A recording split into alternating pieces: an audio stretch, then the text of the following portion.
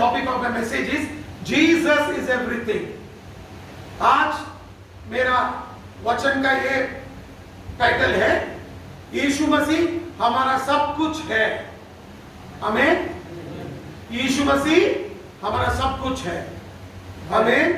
आमीन. You know, we read Bible. हम सब लोग बाइबल पढ़ते हैं. हम सब लोग यीशु मसीह से प्यार करते हैं. मगर कभी कभी जब बाइबल पढ़ते हैं ना, बहुत विषय में हमें समझ में नहीं आता है. ठीक है. जब समझ में नहीं आता है ना, लोग हमें गुमराह करते हैं. शैतान भी गुमराह कर देता है कि क्यों बाइबल में है बोल के बहुत बार सोचते हैं. आज मैं दिखाऊंगा क्यों ये बाइबल में है. ठीक है. You know, when we become believers, we read Bible, but many times we don't understand why it is there in the Bible. And when we don't understand why it is in the Bible, we keep wondering why it is in the Bible, and that is why the devil takes advantage and tries to deceive us, and people also deceive us. So you and me have to be very careful. Reading the Bible is very important. Bible पढ़ना बहुत जरूरी है. समझ में आया? आप कितना भी बड़े कलीसिया को जा सकते हो,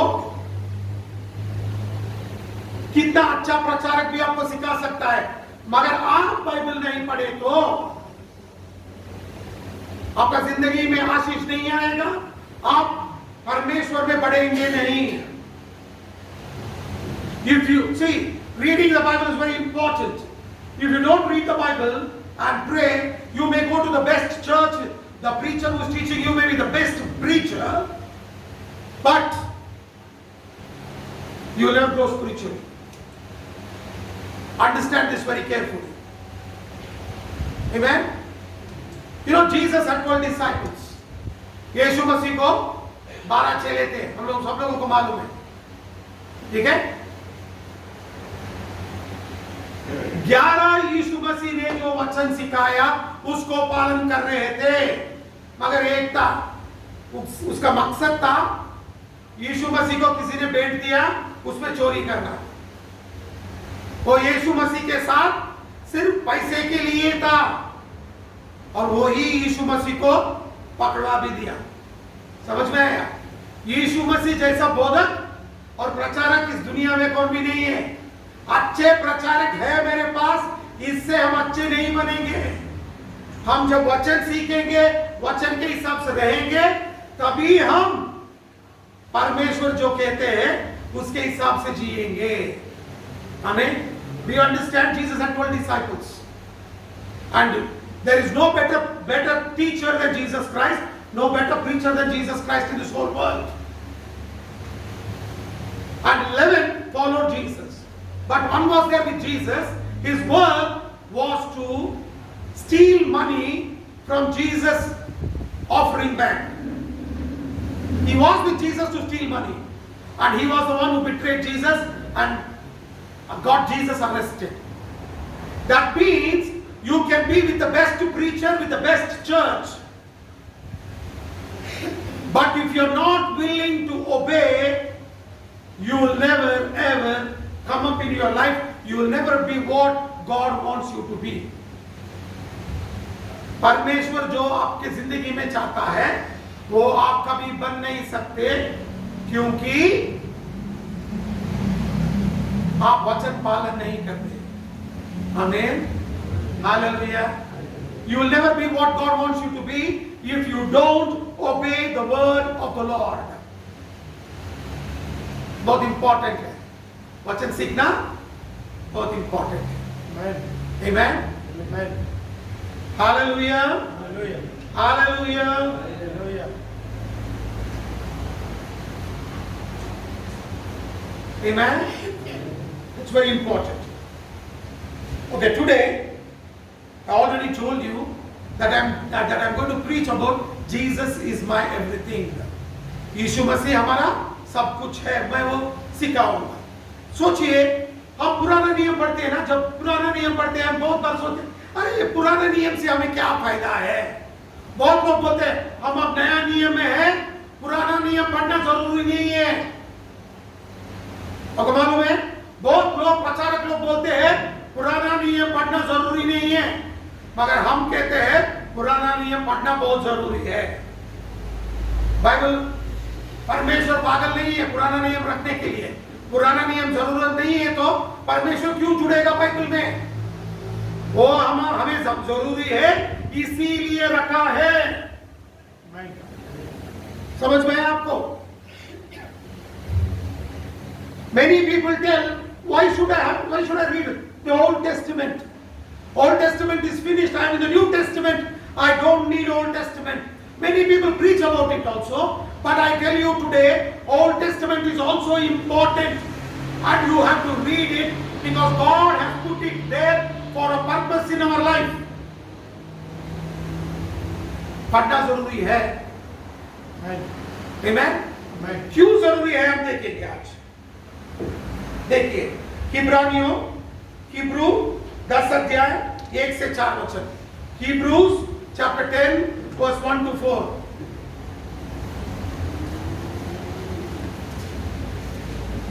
इब्रानियों 10 अध्याय 1 से 4।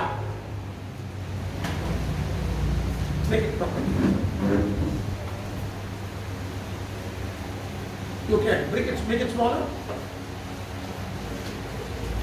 Leave it.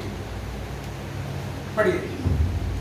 हिब्रू 10 को 1 देखि 4 सम्म यस्तो लेखिएको छ, किनभने व्यवस्था अब आउने उत्तम कुराहरूको खास रूप होइन, तर तिनको छाया मात्र हो। यसकारण सालिँदै नित्य चढाइने त्यही किसिमका बलिदानहरूद्वारा नजिक आउनेहरूलाई यसले सिद्ध पार्न सक्दैन। नत्र त बलि चढाउने काम रोकिने थिएन र, किनकि आराधकहरू एकै खेपमा शुद्ध पारिने भए तिनीहरूमा त्यसपछि पापको चेतना हुने थिएन। तर ती बलिदानहरूले सालिन्दा पापको सम्झना गराउँछन्, किनकि साडे र बोकाहरूको रगतले पाप हरण गर्न असम्भव छ। आमेन। Amen. Hebrews chapter 10 verse 4. For the law, having the shadow of good things to come, and not the very image of the things, can never, with those sacrifices which they offered year by year, continually make the comers thereunto perfect. For then would they not have ceased to be offered, because that the worshippers once purged should have had no more conscience of sins. But in those sacrifices there is a remembrance again made of sins every year. For it is not possible that the blood of bulls and goats should take away sins. Amen? Hallelujah. Look, Bible very clearly says the law is the shadow of the things that are not the very image of the things. Amen? पढ़िए पहला वचन, पढ़िए पहला वचन, पहला line.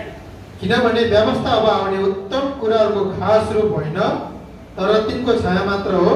यसकारण सालिँदै नित्य चढाइने त्यही किसिमका बलिदानहरूद्वारा नजिक। आमेन। देखिए उधर बहुत अच्छे से लिखा है, वो पुराना नियम एक छाया है, वही नियम नहीं है। जो आने वाला था उसका छाया है। Amen? It says the Old Testament is the shadow of the things that are supposed to come. It is not that thing, but it is the shadow of the things that is to come. Amen? Amen. Hallelujah. Hallelujah. Understand this very clearly.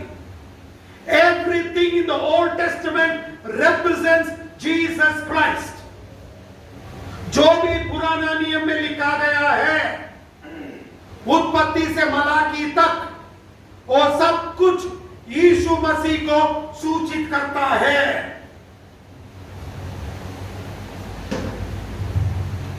हमें पुराना नियम में यहूदी लोग बलि अर्पण करते थे, बैल बकरियों को बलि अर्पण करते थे परमेश्वर के लिए। वो किसका सूचित करता है?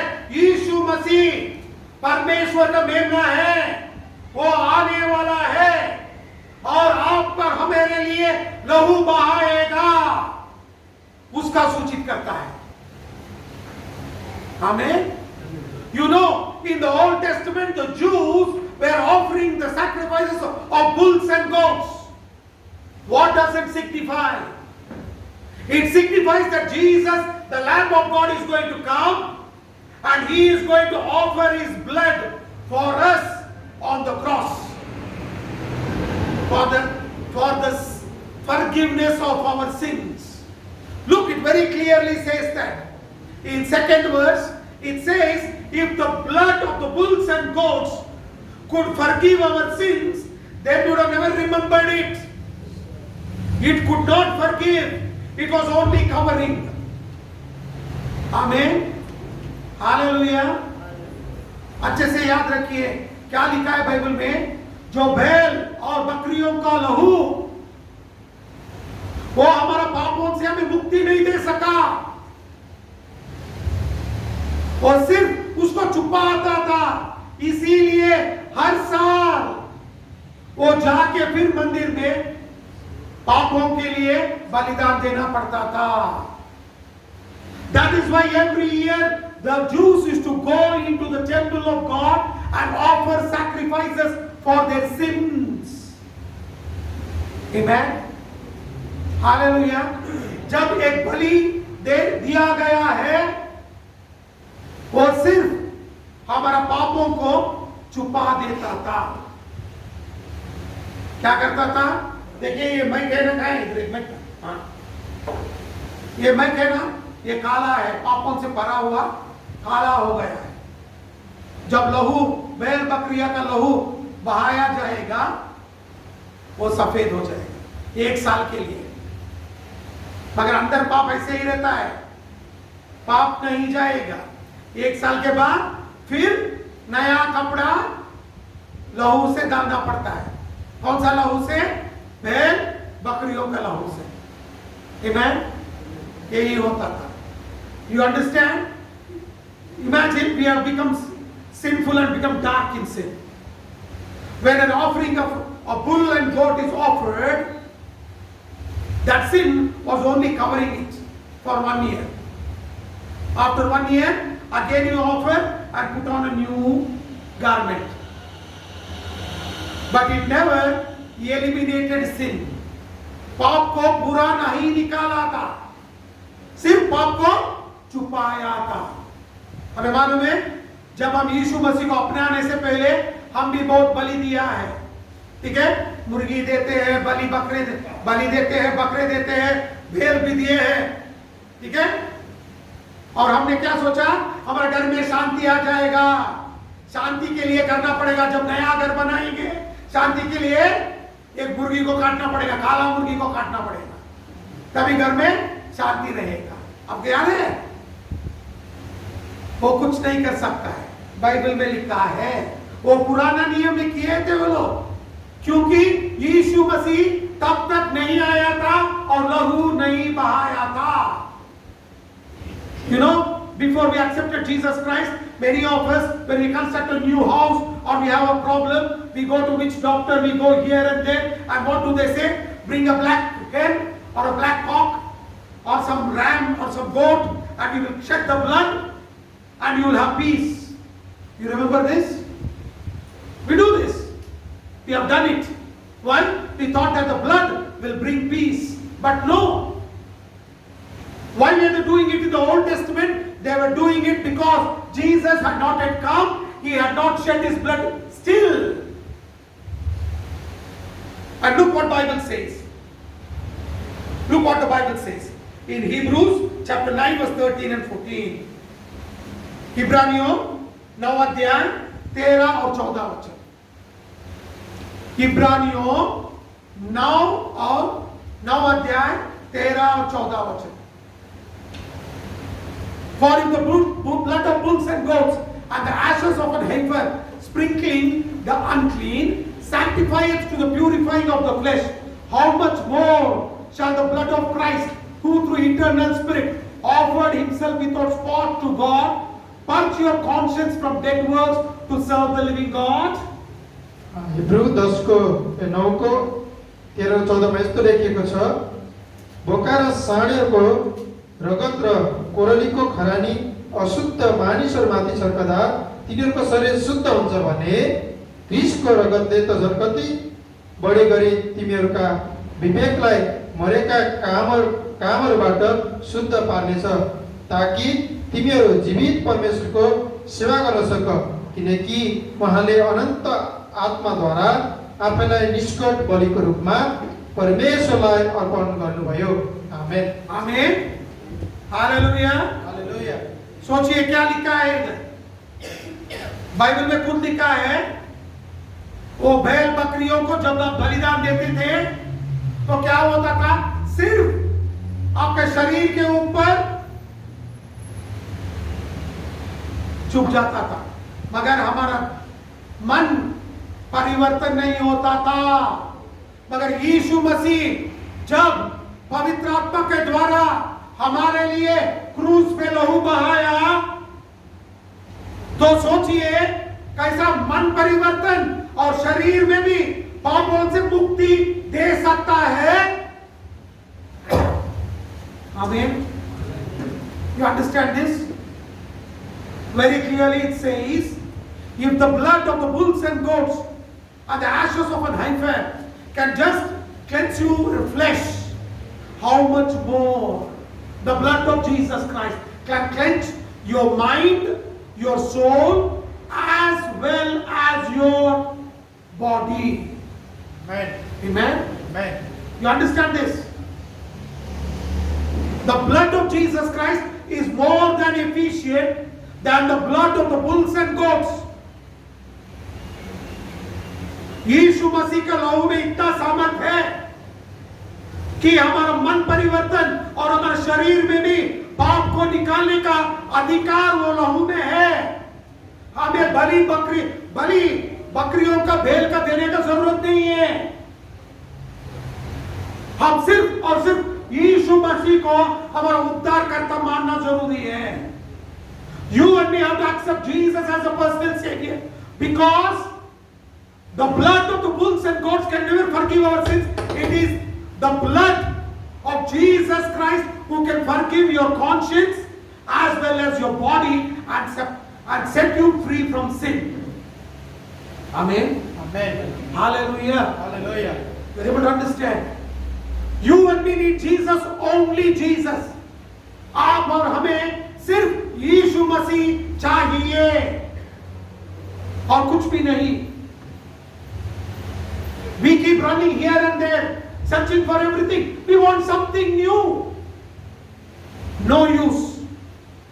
We just need Jesus. हमें कुछ नया चाहिए, इसीलिए दौड़ते रहे, भागते रहेंगे इधर उधर, कुछ कहा कुछ नया मिलेगा। नया मिलने का जरूरत नहीं है, सिर्फ और सिर्फ यीशु मसीह बस हमें, और सब कुछ किया है हमारे लिए। देखिए हिब्रू 10 अध्याय 16 से 18, Hebrews chapter 10 verse 16 to 18. What did Jesus do? This is the covenant that I'll make with them after those days, saith the Lord. I put my law into their hearts, and in their minds will I write them, and their sins and iniquities will I remember no more. Now where the remission of these is, there is no more offering for sin. Hebrew 10 को 16 देखि 18 मा यस्तो लेखिएको छ, ती दिनपछि तिनीहरूसँग बाँध्ने मेरो करार यही हो, परमप्रभु भन्नुहुन्छ, तिनीहरूका हृदयमा म मेरो व्यवस्था राखिदिनेछु र तिनीहरूका मनमा पनि म त्यो लेखिदिनेछु। तब उहाँ भन्नुहुन्छ, तिनीहरूका पाप र तिनीहरूका दुष्कर्म म फेरि सम्झने छैन। अब जहाँ यी सबैको क्षमा हुन्छ, त्यहाँ अब फेरि पापको निम्ति कुनै बलि छैन। आमेन। Amen. Look very clearly, it says, I will make a covenant with you, and in those days, saith the Lord, I will put my laws into your hearts and in your mind, and I will never remember your sins anymore, because I have paid the price, and there is no need of any more offering for your sin. यीशु मसीह खुद कहता है, मैं आपके हृदय में, आपके मन में मेरा वचन डालूंगा। पाप में भरा हुआ शरीर को और मन को बदल के जब हम यीशु मसीह को अपनाएंगे, उद्धारकर्ता मानेंगे, पूरा शरीर और हमारे मन को बदल देगा, वचन से भर देगा और हमारे पापों को क्षमा करके उसको याद भी नहीं करेगा। वो परमेश्वर याद नहीं करेगा, इसीलिए फिर से बलिदान देना जरूरी नहीं है। हमें हम लोग बहुत बार करते हैं ना, थोड़े दिन चर्च को जाते हैं, पास्टर बोलेंगे बपतिस्मा लीजिए तो हम बपतिस्मा लेंगे, पास्टर बोलेंगे बपतिस्मा लीजिए बपतिस्मा, उसके बाद चर्च छोड़ देंगे, फिर पाप संसार में जाएंगे, पाप करेंगे, उसके बाद एक दिन मन परिवर्तन होता है, एक साल के बाद फिर पास्टर के पास जाके बोलेंगे फिर से हमें बपतिस्मा दे दीजिए, अब से हम यीशु मसीह के लिए जिए। हम सोच रहे हैं ये लहू में भी पापों को धोना यही काम है। हम पापों के लिए क्षमा मांगना जरूरी है, मगर ऐसा नहीं है साल में एक बार जाके वो लहू में डुबकी मार के बाहर आ जाओ। जब हम अभी यीशु मसीह को नहीं अपनाए रहते तो क्या करते थे, जब जैसा नदी मिलता है उसमें 7 बार डुबकी मार देते और बोलते पवित्र बन गए। कल भी हम देख रहे थे एक नदी इंडिया में लोग जाके डुबकी मार रहे थे, वो इतना गंदा था। मैंने सिस्टर इसाबेल को दिखाया, इसमें डुबकी मारने के बाद पापों का क्षमा नहीं होता है, सीधा अस्पताल पहुंचेंगे।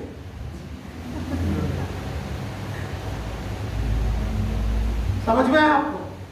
ऐसा नहीं करना है हम लोग। एक बार यीशु मसीह को अपनाए, हमारे दिल में, हमारे मन में वचन से भरना जरूरी है, तब फिर से जाके पापों के लिए बलिदान देना जरूरी नहीं रहेगा। पवित्र बन के रहेंगे हम, क्योंकि परमेश्वर हमें क्षमा किया है, हमारे पापों को याद भी नहीं करता है। आप जब 10 साल के बाद जाके परमेश्वर मैंने 10 साल पहले ऐसा किया था, परमेश्वर बोलेगा कब किया था, मुझे याद नहीं है, मैं कभी देखा नहीं हूं ना। बाइबल में लिखा है वो याद नहीं करेगा, या आप याद दिलाए तो भी उसको याद नहीं आएगा, क्योंकि उसके लहू से आप लोगों को पवित्र बना दिया है। Amen? You know the beauty in Lord Jesus Christ is, once He forgives your sin, He will never remember it. That doesn't mean every year I will go and ask forgiveness. No. You know, we are like this. We are like some people who go to church. They'll go to one church, they'll say, Pastor, I want to take baptism because I was a sinner. Pastor will give you baptism. Then we stop going to church. After 1 year again we'll go to another church. And then we'll tell Pastor, I am a sinner, give me again water baptism. No, it is not like this. You and me should learn that Jesus paid the price for our sins and He doesn't remember it anymore. Jesus said, I will make you holy. I will put my word in you, in your heart and in your mind. I will remove your sin and fill you with my word. You no more need any offering for your sin, because I have paid the eternal price. यीशु मसीह कह रहे हैं, मैंने आपके लिए लहू बहा के उसका बलिदान दे दिया हूं, अब देने की जरूरत नहीं है। You don't need to. Only thing you should hold on to His word. Amen? I'll show you some scripture. देखिए what Bible says. Jeremiah chapter 31 verse 34. यिर्मयाह 31 अध्याय 34 वचन। यिर्मयाह 31 अध्याय 34 वचन। Jeremiah 31:34. And they shall teach no more every man his neighbor and every man his brother, saying, Know the Lord, for they shall all know me, and the least of them unto the greatest of them, saith the Lord. For I will forgive their iniquity and I will remember their sin no more. यिर्मयाह 31 अध्यायको 34 मा यस्तो लेखिएको छ, परमेश्वरलाई चिन भनेर अब उसो कुनै मानिसले आफ्नो छिमेकीलाई वा आफ्ना दाजुभाइलाई सिकाउने छैन, किनकि सानादेखि लिएर ठुलासम्म तिनीहरू सबैले मलाई चिन्नेछन्।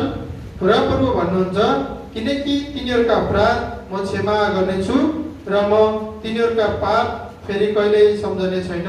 आमेन। आमेन। खुद परमेश्वर इधर कहते हैं आप मुझे जानेंगे और मैं आपका पापों को क्षमा कर देता हूं और याद भी नहीं करूंगा। जब आप यीशु मसीह को जानेंगे, ये दो चीज होगा आपके जिंदगी में। यीशु मसीह आपको पाप को क्षमा करेगा और याद भी नहीं करेगा। ये अधिकार नहीं देता है कि मैं नया से फिर पाप करता हूं, नहीं है। हम यीशु मसीह को जाने हैं, उसके वचन के हिसाब से जीना है। Amen? You know, it's very beautifully written, you will know me and two things will happen in your life. I will forgive your sins and I will not remember it anymore. That doesn't mean God has forgiven it. I will start sinning again, fresh. God also doesn't remember. It is new sin.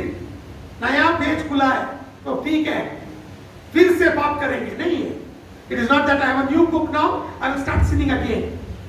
Sorry, you have known your God, live for Him. आप परमेश्वर को उद्धार करते माने हैं, उसके लिए जीना जरूरी है। आमीन, हालेलुया। देखिए बहुत अच्छे से बाइबल में लिखा है, परमेश्वर हमारे पापों को क्षमा कर दिया है और याद भी नहीं करेगा। तो अब क्या करना है? हम पवित्र जीना जरूरी है। Jesus has told, God has told that I have forgiven your sins and I will not remember it anymore. So don't break your head, live holy. Psalm 103 verse 12. वचन संग्रह 103 12 वचन। वचन संग्रह 103 अध्याय 12 वचन। As far as the east is from the west, so far hath He removed our transgressions from us.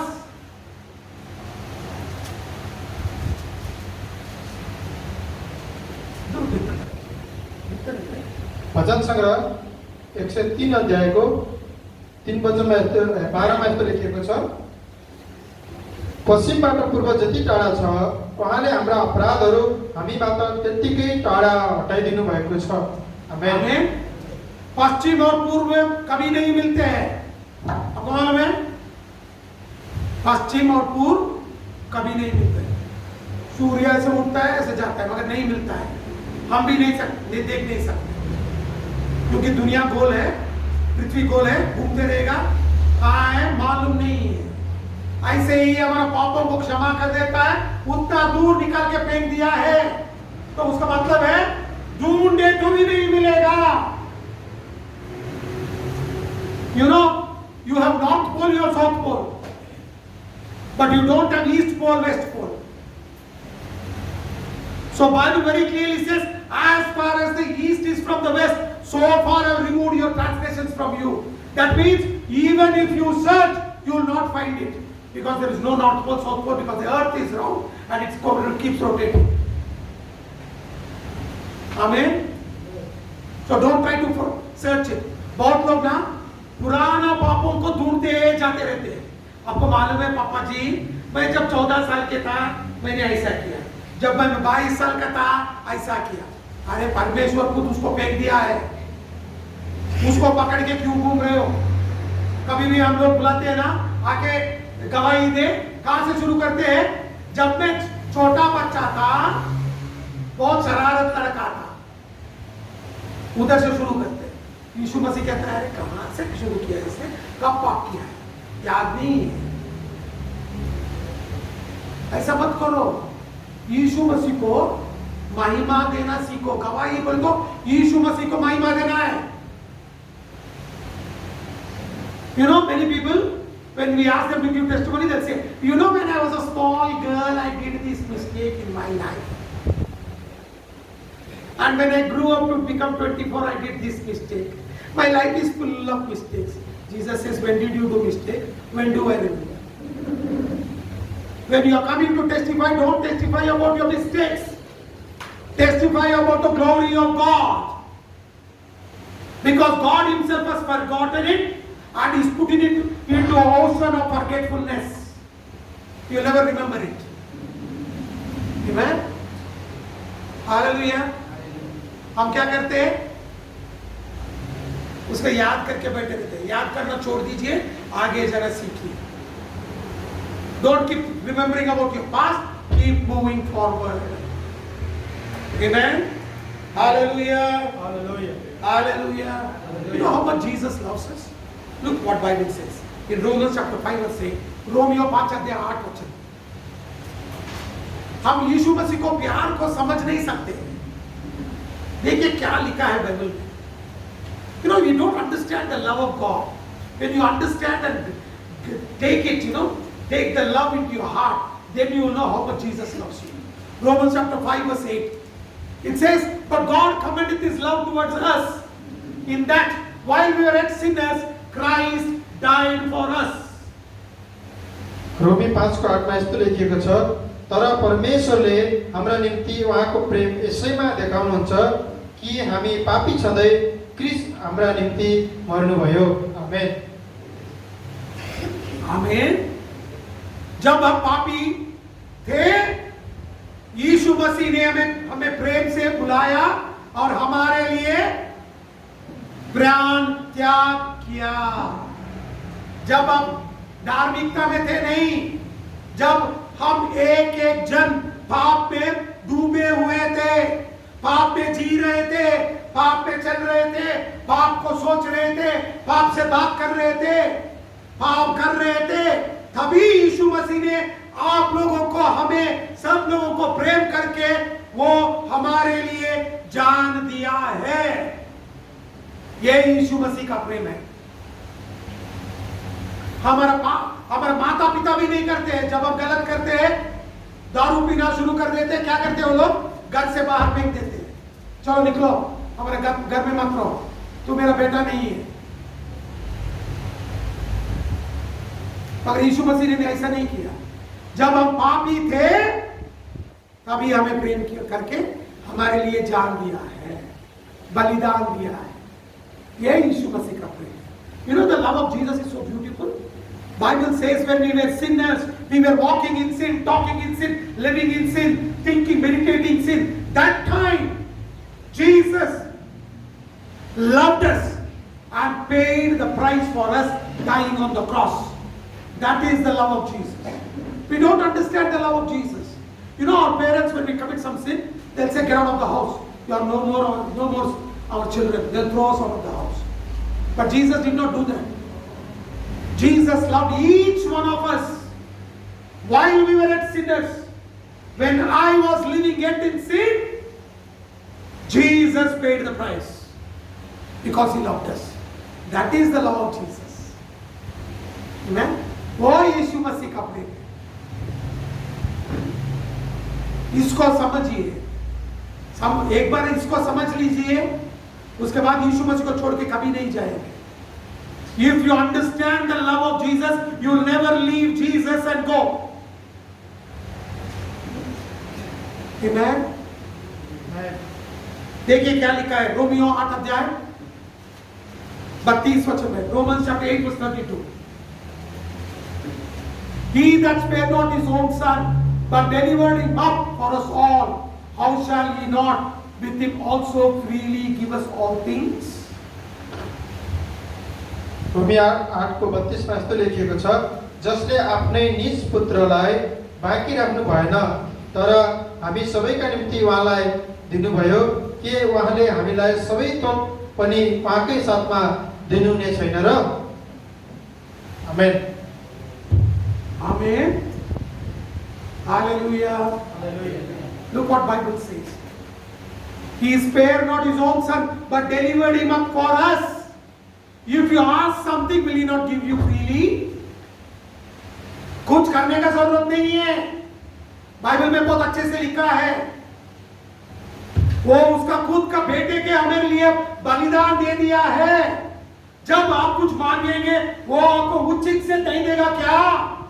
Will He not give you freely when you ask Him? He will give you. John chapter 3 verse 16 says, for God so loved the world that He gave His only begotten Son, that whoever believes on Him should not perish but have eternal life. Yohan 3 अध्याय 16 वचन में लिखा है. क्या लिखा है? पढ़िए. So beautifully it is written. God so loved the world, He gave His only begotten Son, that whoever believes on Him should not perish but have eternal life. जो भी उसके ऊपर विश्वास करेगा वो दंड के योग्य नहीं होगा, मगर उसका बेटा हो जाएगा, क्योंकि परमेश्वर ने हमें बहुत प्यार किया है।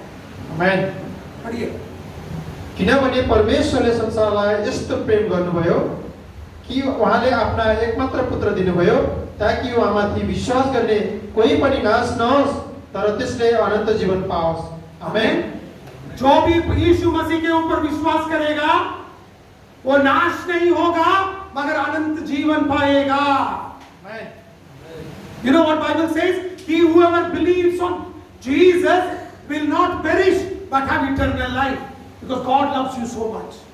You know, many people are proud to say, I love Jesus. बहुत लोगों को गर्व रहता है, मैं यीशु मसीह को प्रेम करता हूँ। बहुत गर्व से बोलते हैं, अरे मेरा जैसा यीशु मसीह को प्रेम करने वाला कौन भी नहीं है, मैं यीशु मसीह के लिए कुछ भी कर सकता हूँ।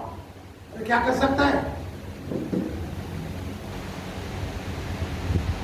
एक बार यीशु मसीह को छोड़ के आपको पापों का चिट्ठी पढ़ लीजिए, खुद के ऊपर नफरत आ जाएगा। और हम चुप से बहुत बड़े बड़े बात बोलते हैं, मैं यीशु मसीह को प्रेम करता हूं। जो यीशु मसीह को प्रेम करता है वो वचन को पालन करता है। चुप से मुंह से अंगीकार करना नहीं है। हम करने से पहले ही यीशु मसीह ने सब कुछ किया है। You know, many people proudly say, I love Jesus. Nobody loves Jesus like me. I say, forget about Jesus. Once you take one paper and pen, start writing all your sins, you will start hating yourself. But Jesus loves you while you are a sinner. What you are doing now, you already did it. I will ask one people, I ask people question, how much can you love Jesus? Not more than what you can love yourself. आप आपको खुद को कितना प्रेम करते हो उतना ही प्रेम कर सकते हैं यीशु मसीह, उससे ज्यादा नहीं है। मगर यीशु मसीह ने हमारे लिए सब कुछ त्याग कर दिया है। Jesus gave everything he had for our sake. Can you and me give? हम दे सकते हैं क्या? नहीं ना। सिर्फ उसका वचन पालन कीजिए। If you say you love Jesus, then follow his word. That shows how much you love Jesus. वो दिखाता है आप यीशु मसीह को कितना प्यार करते हैं। हमें बहुत लोग बोलते हैं, देखो मैं अब एक वचन दिखा के बंद प्रचार कर खत्म करूंगा। पहला यूहन्ना 4 अध्याय 19वां वचन। We love him because he first loved us. 1 John chapter 4 verse 19. पहिलो यूहन्ना 4 अध्यायको 19 मा यस्तो लेखिएको छ, हामी प्रेम गर्दछौँ किनभने पहिले उहाँले हामीलाई प्रेम गर्नुभयो। आमेन। आज हम यीशु मसीह को क्यों प्रेम करते हैं? क्योंकि वो पहले ही हमें प्रेम किया है। You know why you love Jesus today? Because Jesus already has loved you. Don't try to tell me stories. कहानी मत घुमाइए, कहानी मत बोलिए। यीशु मसीह ने आपको पहले ही प्रेम किया है ना, इसीलिए आप यीशु मसीह को प्रेम करते हो। यीशु मसीह से ज्यादा नहीं है वो प्रेम। आप यीशु मसीह को प्रेम करते हो तो वचन को पालन कीजिए, वचन को पढ़िए, वचन के हिसाब से जीना सीखिए। उतना बस, उतना ही यीशु मसीह आपसे मांगता है, उससे ज्यादा कुछ नहीं मांग रहा है। You know, Jesus is not asking anything from you. If you say you love Jesus, don't do anything. Read his Bible and obey his word. That is enough. That is what Jesus expects from you. Because Jesus is everything for each one of us. क्योंकि यीशु मसीह हमारे लिए सब कुछ है। जब यीशु मसीह हमारे साथ है, आप और हमें कुछ नहीं चाहिए। If Jesus is with you, you don't need anything. Amen. Hallelujah. Hallelujah. Remember this. Jesus is everything.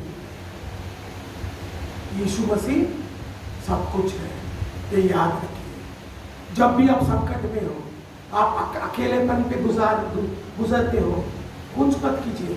याद कीजिए यीशु मसीह ने आपके लिए कितना प्रेम किया। आपको मालूम है क्रूस में क्या हुआ है? पिता ने यीशु मसीह का मुंह देखने के लिए पसंद नहीं किया है। बाइबल में लिखा है यशायाह में, परमेश्वर ने मुंह फेर दिया है। पिता और पुत्र के बीच में एक हमारा पापों का दीवार खड़ा हो गया, क्योंकि यीशु मसीह हमारे लिए पाप बना। कभी अलग नहीं हुए थे, हमारे पापों के वजह से दोनों अलग होना पड़ा, और यीशु मसीह हमारे लिए क्रूस पे पाप बन के बलिदान देना पड़ा हमारे पापों के लिए। ये प्रेम है। You know, God, the Father and Jesus Christ was never separated. But Bible says in the book of Isaiah, God, it pleased God that He turn away His face from Jesus Christ, because there was a wall of sin in between Jesus and God the Father. This sin came because of us. Never did Jesus and God the Father have separated, but because of our sins they got separated, and Jesus offered Himself for our sin so that we may be reconciled to God. हमें पिता परमेश्वर से एक करने के लिए यीशु मसीह ने बलिदान दिया है। ये प्रेम है। This is the love of God. हमें इसको कभी मत भूलिए। Never ever forget this love. Forget everybody's love, but remember the love of Jesus. Neither your parents, neither your friends, neither your brother, neither your sister can love you as Jesus loved. Bible says a mother can forget a suckling child, but God will never forget you. Amen. आपका पिता, आपका माता, आपका बच्चे, आपके भाई बहन सब लोग आपको छोड़ सकते हैं, मगर यीशु मसीह कभी नहीं छोड़ेगा। याद रखिए, एक दूध पीने वाला बच्चा को मां भूल सकती है, छोड़ के जा सकती है, मगर यीशु मसीह आपको कभी नहीं छोड़ेगा। ये यीशु मसीह का प्रेम है। इस प्रेम को जानिए और इस प्रेम में जीना सीखिए। Understand this love, know this love and live in this love. Amen.